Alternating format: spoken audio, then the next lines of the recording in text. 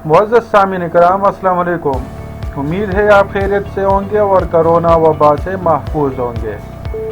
आज की इस वीडियो में हम आपको बहुत ही बड़ी खबर ब्रेक करने वाले हैं कि पाकिस्तानियों के लिए सऊदी अरब ने अपने तमाम तर सरहदात खोलने की रजामंदी जाहिर कर दी है।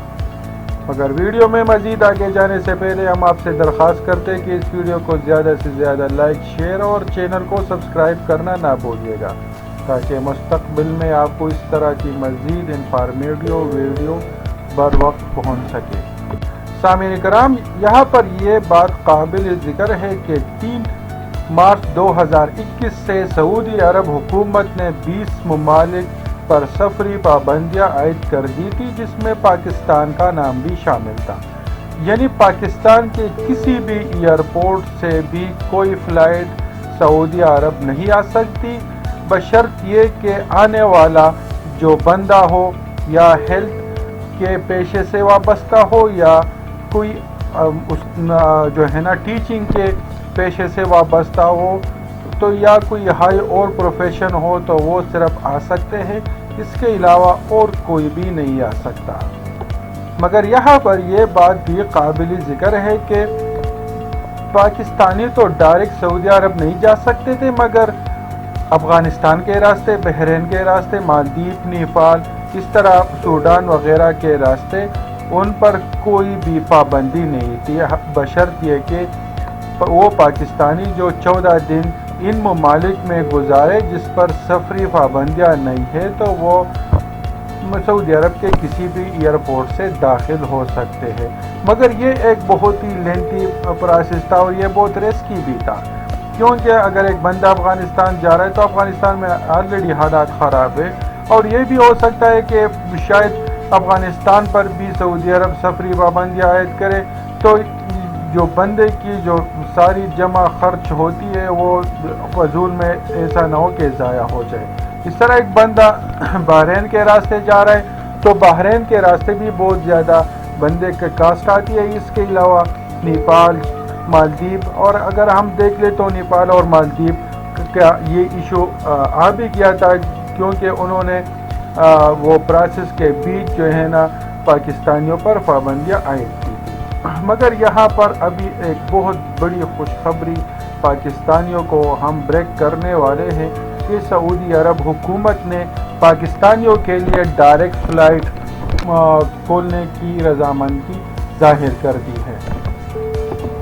मगर इसके लिए कुछ शराइत रखे हैं, और शराइत बहुत ही आसान है, इसमें कोई जो है ना रॉकेट साइंस नहीं है, बहुत ही इजी शराइत है, हर कोई जा सकता है, हर पेशे वाला जा सकता है, बशर्त ये कि वो जो है ना इन शराइत पर पूरा उतरता हो और जो प्रोसेस वो मुकम्मल करेगा, उसके बगैर कोई भी सऊदी अरब नहीं जा सकता। अभी आपने सबसे पहले वैक्सीन लगवानी है। आने वाले दिनों में इंशाल्लाह जब फ्लाइट्स खुलेगी तो उसके लिए सबसे बड़ी शर्त जो है ना वो वैक्सीन, वो बंदे जाएंगे जिन्होंने वैक्सीन लगाया होगा।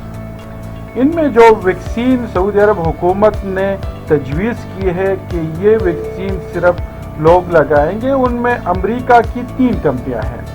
एक फाइज़र कंपनी की BioNTech vaccine, 2 Moderna vaccine, 3 Johnson company की वैक्सीन। इसके अलावा इंग्लैंड की ऑक्सफोर्ड कंपनी की एस्ट्राज़ेनेका वैक्सीन भी शामिल है, जबकि चीन, रूस या किसी और मुल्क की वैक्सीन फ़िलहाल मंजूर नहीं की गई है।